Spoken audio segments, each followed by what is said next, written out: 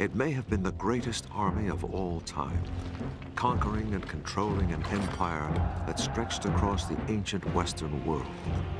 It was ruthless, disciplined, and feared by all, not just by its enemies, who died in their millions, but by its own emperors, who often paid the price of the army's wrath. And yet, these soldiers were builders as well as destroyers, helping to spread a culture that became the bedrock of Western civilization. What was it that made this army so dominant? How was it able to rule and reshape the classical world? And why did it eventually fall? This is the story of the Roman war machine.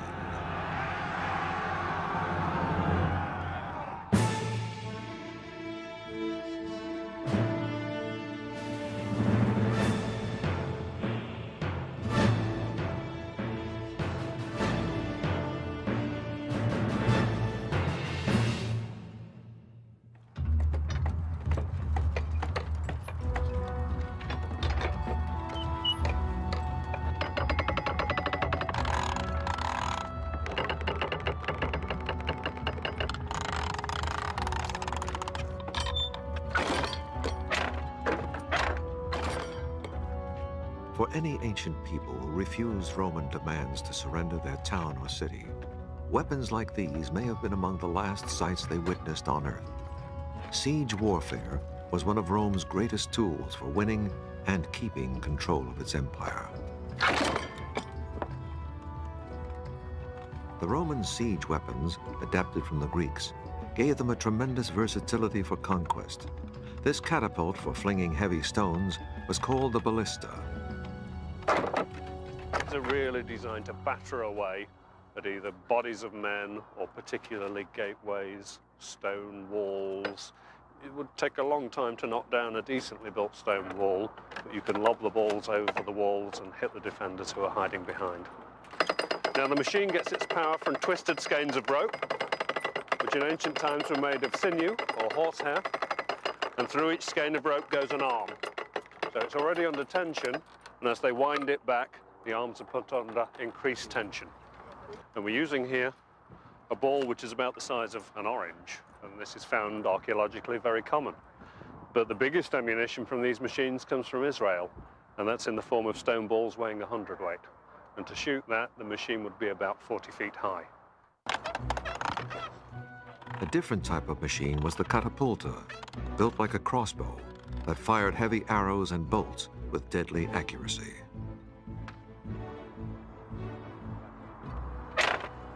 It's designed to shoot arrows, but an arrow far bigger than you could shoot with a handheld bow. And it's an arrow like this. It's heavy, it's got a large square-shaped tip, which would penetrate armor, penetrate shields, penetrate men. We know that when battering rams and siege towers were used, machines like this were positioned in them to give that covering fire as the machine moved towards the walls. And in field battles as well, these were very useful. The Romans had other siege weapons too. They used high timber towers on wheels, manned by archers to pick off enemy defenders. Other movable structures, like tin sheds, were used to protect soldiers operating heavy battering rams. When attacking fortified towns, Roman soldiers often used the tortoise formation, locking their shields to protect themselves against the hail of enemy fire that would rain down from the walls. With all these weapons and tactics, there was almost no town or city in the ancient world capable of resisting the Romans, and those who tried were inviting slaughter and destruction. Perhaps the two most famous Roman sieges both happened in what is now Israel. Judea, as it was known then, was conquered around the time of Jesus' birth, but the native Jews bitterly resented the Romans, whom they regarded as heathen. And when the Roman governor demanded money from the Jewish temple, open revolt broke out in 66 AD. After 3 years of fighting, the Romans finally surrounded the main Jewish stronghold of Jerusalem. It took the Romans another 4 months to break through the 3 city walls protecting the temple. Catapults hurled huge stones at the defenders. These large, dazzling white limestone blocks hurled in by the Romans to the city. And the besiegers had their own slang. When they saw one of these white stones coming, they would shout, "Here comes a baby!" And they'd all lie down in the hope that it would go across them and land safely. The Romans, becoming aware of this, actually blackened the white stones so that they wouldn't be so visible. Once the Romans broke through, they ran amok, killing thousands of citizens and selling the rest into slavery.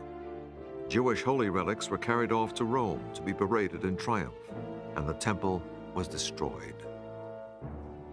If cities and communities in conquered areas quickly surrendered and came to terms with the Romans, they were generally pretty well treated. And in fact, their ruling classes were often given the Roman citizenship, sometimes very, very quickly, and could become quickly integrated into the Roman world. But people who continued to resist could expect very little mercy from the Roman state or the Roman army, and there were some cases where Roman behavior amounted virtually to genocide. The Romans later allowed the Jews to return to the temple site to mourn over the one remaining wall, hence the term Wailing Wall, and a tradition that continues today. Although the Jewish rebel cause was now hopeless, one band of zealots continued to hold out. They took over a fortress perched on a plateau, rising 1,300 feet above the Dead Sea Plain, south of Jerusalem. The fortress, called Masada, had been built 100 years before by King Herod in case of attack by the Egyptians. It seemed unassailable, and the 960 zealots dared the Romans to try. Masada is symbolic. It's important for the Romans because the elimination of this last resistance stands as a symbol that nothing will stand in front of the Roman Empire. There was no prospect of starving the place out anytime soon because Herod and his successors had put huge stores of food. There was plenty of water because Herod had constructed huge rain-fed cisterns inside the mountain that were fed during the winter rains. The only way to take Masada was by direct assault. The 10th Roman Legion, which had led the assault on Jerusalem, arrived at the foot of Masada in late 72 AD. The Roman force, with its auxiliaries and forced Jewish labor, totaled about 10,000. It began by building a wall, whose remains are still visible, that was 6 feet high and 3 miles long around the entire plateau, to let the rebels know there was no chance of escape. Unlike the rebels, who were well housed and supplied, the Romans were camped in a merciless desert, scorching by day and freezing at night. Supplies for their camps had to be brought in from the Jerusalem area, 16 tons of food a day and 5,000 gallons of water, about 400 donkey loads each day. But then, logistics were among the Romans' greatest skills. It's incredibly important, as was seen in the Gulf War, where millions of tons of equipment had to be moved in just so that the army could do its job. And the Romans were acutely aware of this, and their logistical organisation was really very good for the period, considering their limited technology. And of course, that is one of the main reasons they built all those roads, was to keep the army capable of moving and to keep it fed and supplied. Without these logistical skills, the Roman Empire couldn't have been maintained. Now the question for the 10th Legion was, how could it assault the summit? From nearly every angle, the 1,300-foot cliffs were just too steep. But there was one possibility on the western side, where the height was only 250 feet, with a rocky outcrop that gave the chance of building a ramp for the siege equipment. The Romans and their laborers began building the ramp, protected by movable sheds, and were given covering fire by archers and catapults. The Jewish defenders probably used slingshots in self-defense. This pile of slinging stones has been found on the site. Eventually, the Romans came to within 50 yards of the summit fortress. Just how long it took to build the ramp has been a subject of debate. The popular view is that the siege of Masada lasted for 2 or 3 years. I don't think there's any reason to think that the siege lasted more than 4 to 8 weeks. Most Roman sieges were fairly short. Siege of Jerusalem, one of the most hardest fought of ancient times, took 4 months. Once the ramp was finished, the Romans used their battering ram to break through the outer wall. But that wasn't enough, because the defenders had built a second wall behind it, made of wood and earth that the battering ram could not budge. The Romans responded by setting fire to the Jewish wall. And this seemed to work initially, but at one moment the fire blew back and looked like it might burn all the Roman siege engines. But as Flavius Josephus, who recorded this, said, God was on the Roman side and the fire blew in and burnt down the Jewish wall. The Romans waited for the next morning to make their assault, and inside, the rebels knew that their capture would mean a terrible fate. In most cases, rebels were enslaved, but they also might have been killed, even crucified, or sent to fight in gladiatorial games. So the rebels decided their own fate. They drew lots to determine who would kill the women and children, and then each other. When the Romans burst in at daybreak, they were met only with silence. Then they were approached by 2 women and 5 children who'd hidden and escaped the mass suicide, and they told the Romans what had happened. It's to the Romans' credit that they were amazed that this had happened, that they felt even in their victory there was an element of defeat. Masada marked the end of the Jewish revolt, but it flared again 60 years later when the Romans decided to build a settlement on the ruins of the Jewish temple in Jerusalem. Jewish rebels fought the legions for 4 years, leaving many thousands of Jews dead. Many of the survivors were forced to leave Judea, hastening the Jewish dispersion.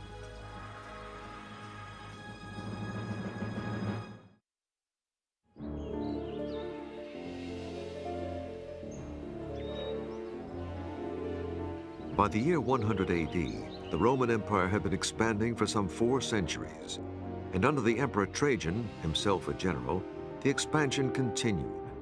He annexed Dacia in modern Romania, plus Arabia and Armenia, and drove deep into present-day Iraq, reaching the Persian Gulf in 116 AD.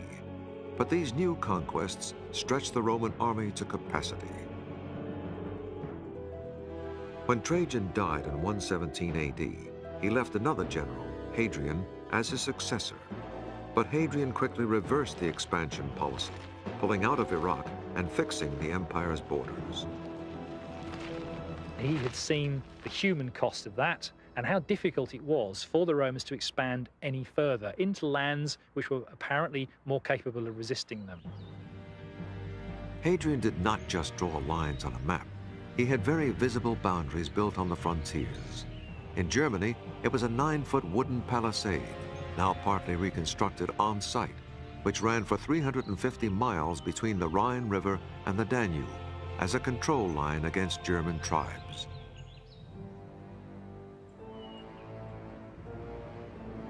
Even more emphatically, he ordered the building of Hadrian's Wall, running about 80 miles from sea to sea across northern England. It was 15 feet high and dotted with forts that together housed about 10,000 soldiers. Time has weathered it down, but partial reconstructions show how astonishing it must have looked to British tribes. The ancient writers say only that it was built to separate the Romans from the barbarians, and archaeological evidence at one fort near the wall, Vindolanda, shows there were battles in the region not long before the wall was built. Romans had a lot of casualties, with commanding officers being killed. That's very unusual. And of course that, to a certain extent, gives a reason for building the wall. A lot of trouble, Hadrian puts it down, we'll make damn certain it doesn't happen again, build the wall. The soldiers themselves built the wall by hand. 3 legions, about 15,000 men, took nearly 10 years, and it was finished about 130 AD. But there were more than just defensive reasons for building it. Many believe Hadrian was making a statement to his own generals, who enjoyed the Roman tradition of conquest and booty. Under Augustus, Virgil writes his poem saying, the gods have given Rome an empire without end in time or space. And this Hadrian says, we're not going to have big wars of conquest. We're not going to keep on extending the empire. This is it. This is the end. The wall, with its many gateways, also served as an economic barrier for collecting taxes on trade and preventing weapons dealing between local tribes.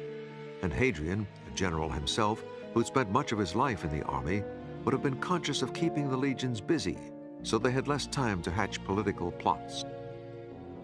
There's nothing more dangerous, I would have thought, than a highly trained killer with nothing to do. I mean, what is your soldier? He's a highly trained killer, paid by the state. And if you don't give him anything to do, you're asking for trouble. The wall might also be a monument to Hadrian's ego. He loved building on a grand scale and considered himself an expert on architecture. He personally helped to redesign the Pantheon in Rome.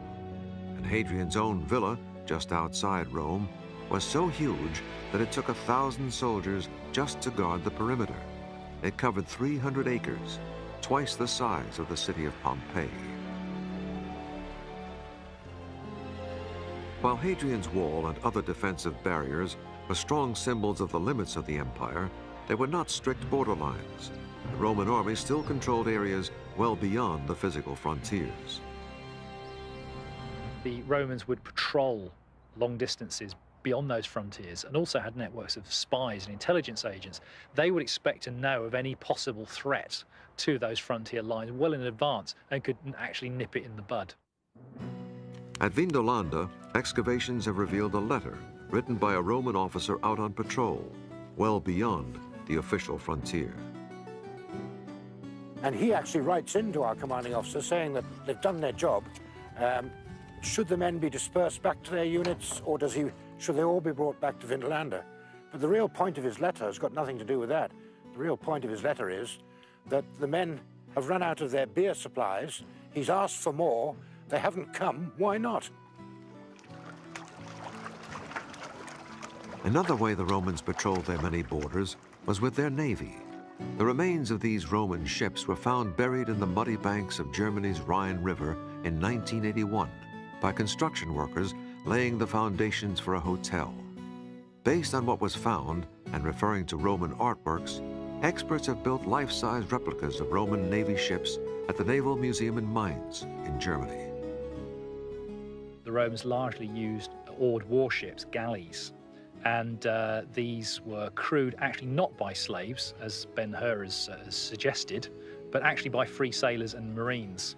So a typical warship was actually quite small in the imperial period, maybe with a crew of not much more than 50, with its own individual officers and, of course, a captain. And a vessel like that would largely be used for maritime patrolling, keeping an eye on possible piracy and practices like that.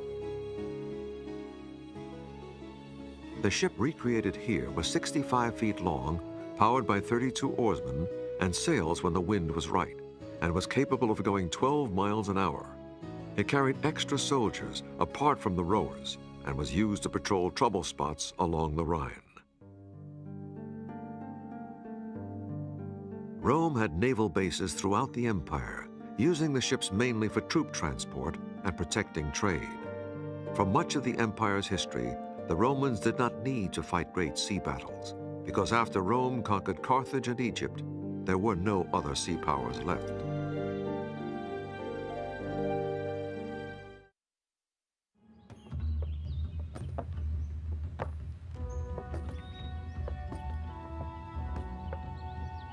When the Emperor Hadrian decided to fix the borders of the Roman Empire, he helped change the nature of the Roman army itself. Instead of making new conquests, many soldiers now had fixed addresses on the frontiers as defenders rather than attackers. The forts reflect the change, with a gradual shift from timber forts to stone forts. This is what a stone fort looked like in its day.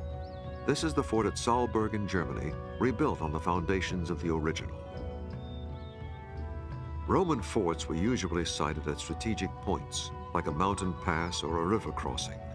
They were rectangular, enclosing an area of up to 50 acres, and had defensive towers every 50 to 60 yards to launch missiles against attackers.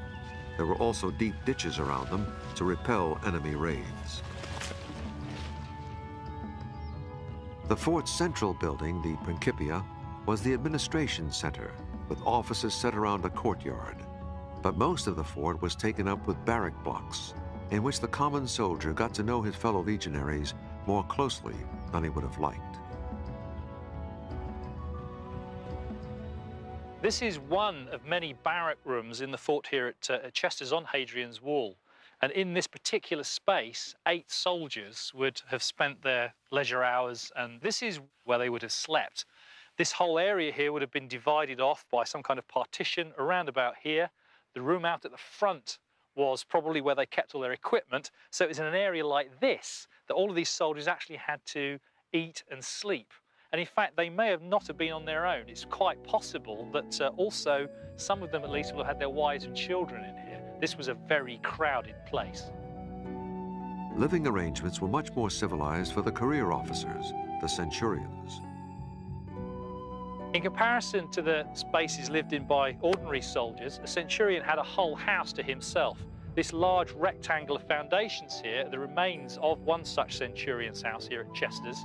And you can see there are a number of rooms. He had a separate living room, kitchen, storage facilities, bedroom. There was plenty of space for him and his family, his wife, his servants, all to live in together. And this actually reflects in stone the great difference in social standing between an ordinary soldier in one of these barrack rooms and a centurion. Centurions were paid at least 20 times as much as ordinary soldiers and had living accommodation appropriate to their standing. For the commanding officer, the living quarters were almost like a country villa, reflecting his position as a nobleman. The example unearthed at Vindolanda Fort on Hadrian's Wall came with central heating. The hot air, which is, the furnace must be next door, in comes the hot air, circulates around the pillars, and then it comes up through the walls. Now, in here we know there's a wall vent, there's another one here, and the hot air is drawn up through the walls and then out through the top. It's actually a very efficient heating system for a house. With one proviso, you do need half a dozen slaves to keep the boilers going. Because of the strict social order in Roman life, the commander did not socialize with the enlisted men. We've got the remains of the social diary of our commander Flavius Cerealis, covering a period of 2.5 years. And in that course of that time, he is giving quite a lot of dinner parties. Dinner parties for the governor of Britain when he comes here, dinner parties for fellow commanding officers, and once, rather nicely, a dinner party for his veterans, the soldiers who just recently retired. But there's no hint of all other ranks coming in and eating at the commander's table. The commander, unlike the common soldiers, was officially allowed to have his whole family live with him in the fort, and there is wonderful evidence of that. Here are the shoes of his wife, and it's so rare for us to be able to say that that little slipper belongs to Sulpicia Lepidina, wife of Flavius Cerealis. She has a very distinctive shoe size. Look at all these little indentations here. The shoe is stamped with the name of the maker, Lucius Ibutius Thales, and a sort of maple leaf stamped on it as well. And we've got several of her shoes, all the same little size. They have their 3 children with them there. And here's the little one's little boot. Now, that is a very expensive little boot. That's all hand-carved out of a single piece of leather.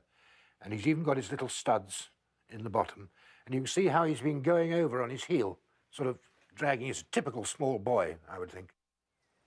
Roman forts on the frontiers were like self-contained Roman towns. Almost every fort had a bathhouse, like this one excavated at Chester's on Hadrian's Wall. Romans were fanatical about bathing and hygiene, and their baths were an elaborate process. The soldiers also used the baths as a recreation area to relax away from the discipline of the fort. This bathhouse has been recreated at Xanten in Germany. We are in the bathhouse. Soldiers entered in this room, that's the changing room. They undressed and put their clothes in these boxes and went to the next room, to the bathroom. This is where they used to come first, to get clean. They've put oil on their skin, and with this scraper, they took the oil off, they washed themselves, and they went into the bath. So this is the warm water bath. It was kept at the 100 degrees Fahrenheit by the furnace, which is next door. So people stayed in this warm water. After finishing, they went to the next bath, which is the cold bath. This is the cold bath, and Romans believed that it was good to take a cold bath to improve the blood circulation. So after finishing their bath in the cold water, they went to the club room.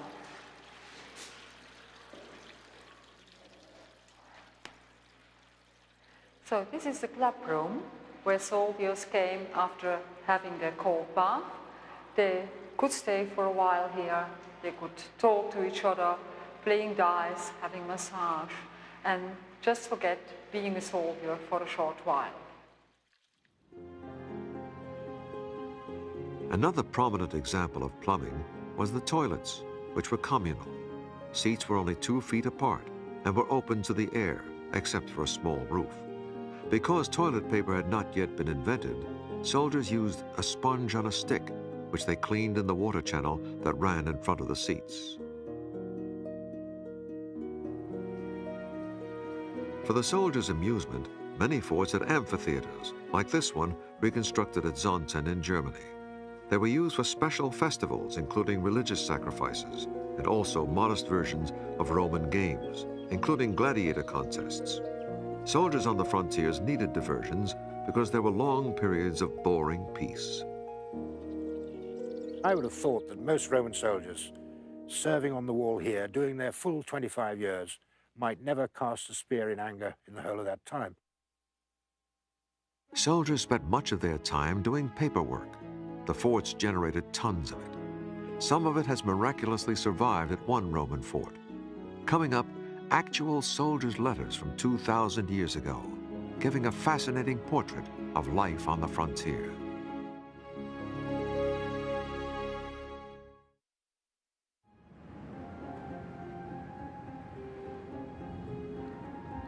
At a Roman fort in the north of England, archaeologists are discovering a treasure trove of personal items left by the troops, giving us an amazingly intimate portrait of the Roman soldier's life. From deep in the mud at Vindolanda Fort have come hundreds of soldiers' letters. Here is an example of a document written in ink on specially prepared wood. It's either alder or birch, local wood that they've specially created these tablets for. We don't work from the originals at all. We work entirely from the infrared photographs because they show up so much more than you can see with the naked eye. Direct messages from the past. There's a lovely one, and that is from an officer, our commanding officer, a draft letter going out from here saying, "When I was with you, I left behind all my hunting nets. Please send them on to me, namely my special drag nets for swans, the small nets for thrushes," and, so it goes on. This extraordinary letter coming in to a soldier saying, "I am sending you a parcel of some socks, 2 pairs of shoes," and then it said subligaria. Now, subligaria is a very rare word, and that had people thumbing through all the dictionaries. It does appear, I think, in a fairly rare poem of the poet Catullus. It's underpants. And much more than just letters have been found at Vindolanda. There are all sorts of weapons and evidence of how the soldiers used them. Often we pick up a thing like this, which is the skull of a Roman cattle, a cow or an oxen or something. It's been poleaxed. You can see the big indentation here. Someone has banged it like that. And then it's obviously been stuck on a pole and used for target practice. We have actually several of these. You can see where the Roman ballistas have gone boom, straight in. The deep soil and mud at Vindolanda is so well suited to preserving ancient artifacts that even Roman textiles have been found in good condition. That is what it looks like. It's a Roman bandage made of some quite good quality local wool. But we get everything from bandages to bits of big jerseys, even a sock made out of two different pieces of textiles sewn together. But again, you know, it's wonderful getting the textiles. They've lost their color, although by analyzing them, we can actually work out what color they originally had. And you'll see in our display case, their colors are much softer and gentler than the rather harsh colors produced by artificial dyes today.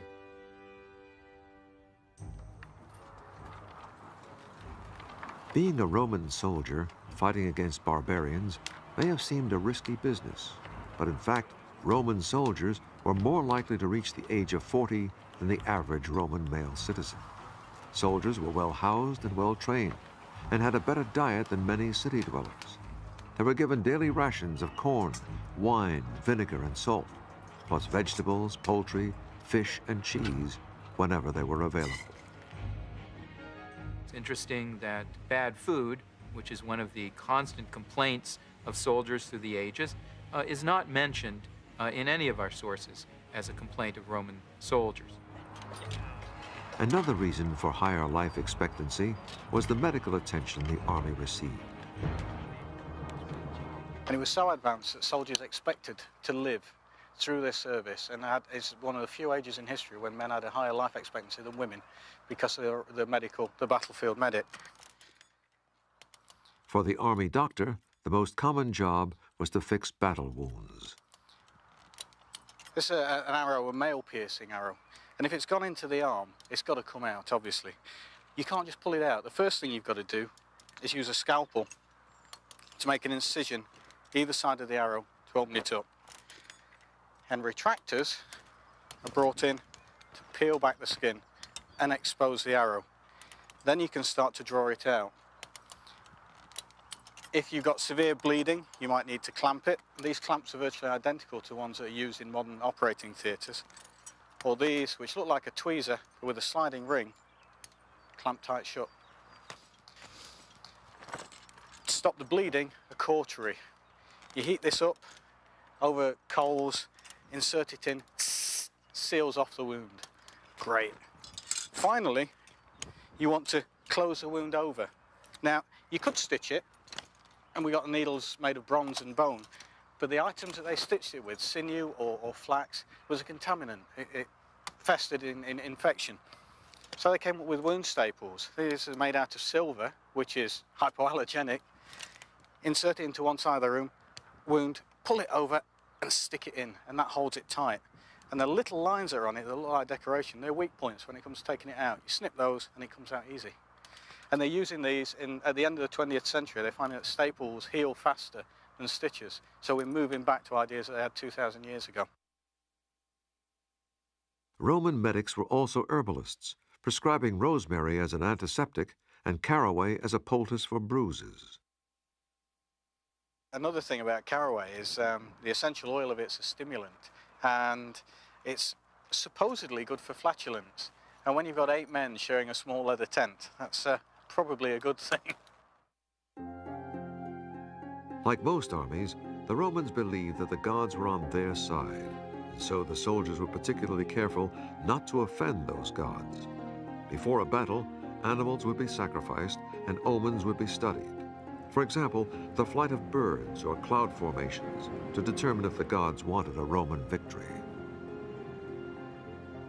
The average soldier prayed to as many gods as he could manage. The traditional gods such as Jupiter, Apollo, Mars, and Hercules, plus any local gods in the country where he was campaigning. They do seem to have had an adopt a god scheme wherever they went. They were always terribly worried that somebody else had more important gods than them. And they were very concerned not to offend any deities. And the way that the Romans reacted to gods is they don't seem to have been too concerned about what happened in the afterlife. Their concern was to make sure they were as comfortable as possible whilst they were on Earth, and the way you ensured that was to keep the gods happy. One of the most popular gods that the Roman soldiers adopted was Mithras from Persia, who's usually shown slaying the mystic bull, whose blood is the source of life. Many forts had temples to Mithras, like this one, reconstructed at Salzburg in Germany. It would have been very dark. Each Mithraeum was supposed to be as dark as the original cave where Mithras killed the bull. So it would have been dark and smoky, and pine cones burning as incense on one of the altars. they all seem to have had this relief, showing Mithras killing the primeval bull. Now this, according to Mithraic worshippers, was the act of creation. And from this act of killing the bull, all life sprang, and you can see that the wheat is growing from his tail there. One religion that was not very widespread in the army was Christianity.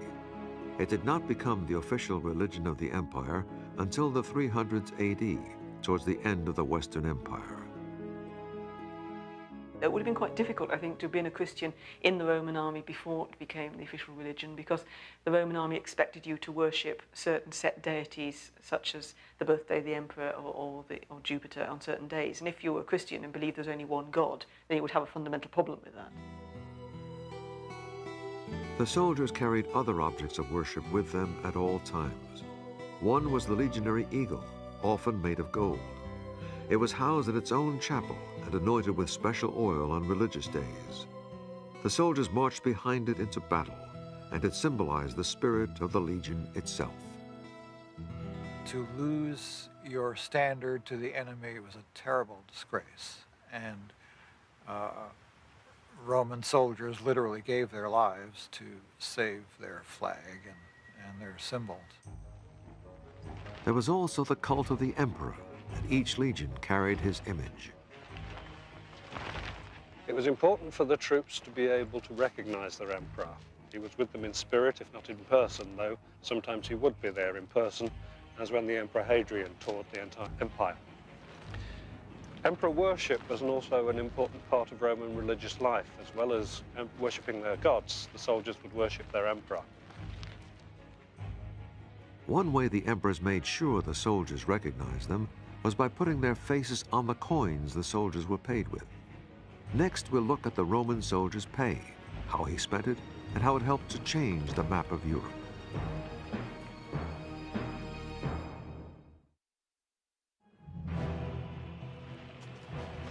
Roman soldiers had something that few other people in the ancient world ever had: regular pay.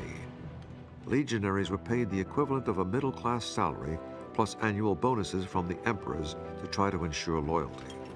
To emphasize that point, the emperors put their own faces on the coins, like these found at Vindolanda Fort in northern England. There is a nice Sestertius of the Emperor Trajan. Fairly normal coin on a find on many sites. It's all green and mouldy. That is how Roman coins normally come out. But on a site like this, where we've got these rather special levels buried deep down, that is the same issue of coin coming from the early levels. I mean, you know, you'd think that was gold, but it's not. It's a nice, shiny bronze coin in excellent condition, no corrosion, nothing.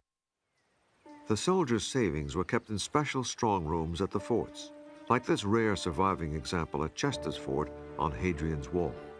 It was an ancient mini version of Fort Knox.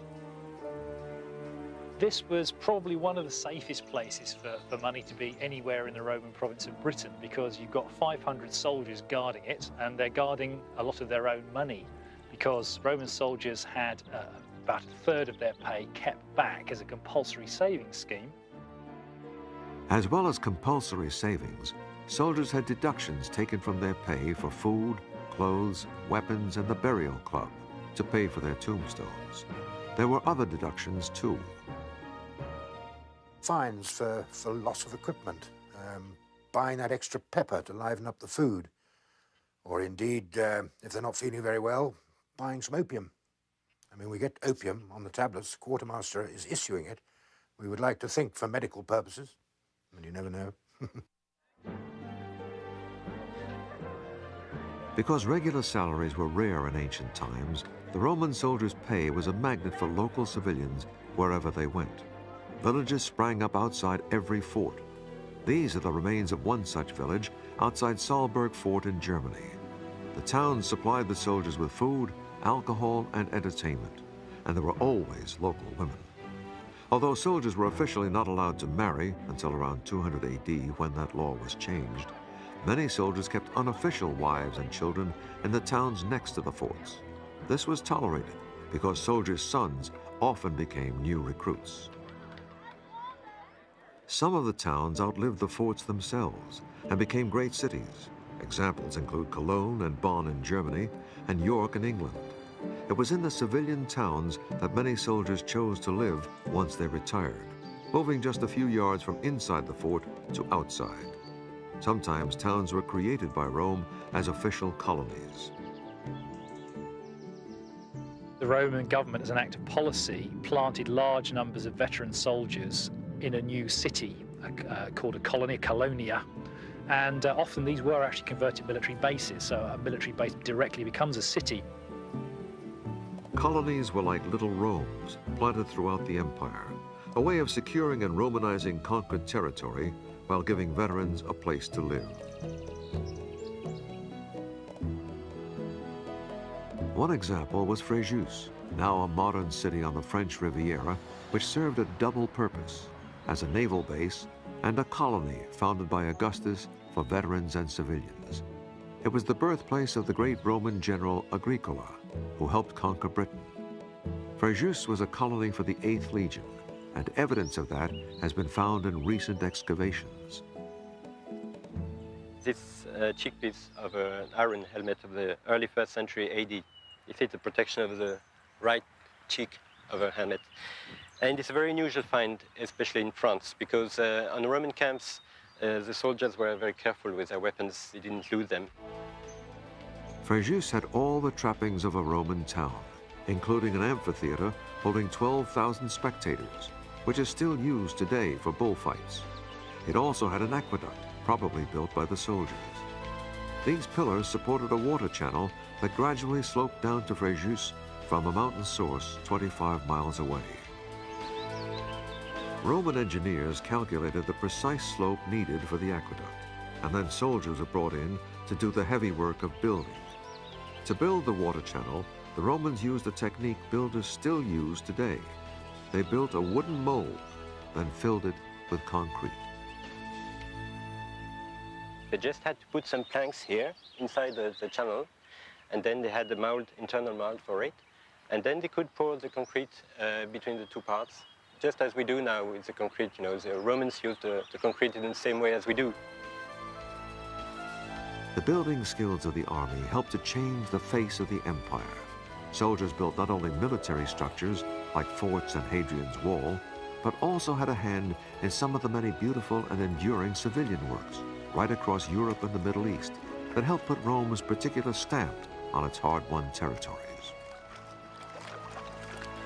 For the Romans, however, spreading their civilization carried unexpected dangers. It made the empire an inviting target for those living outside the borders, and would lead to invasion by envious barbarians that would eventually bring the empire to its knees.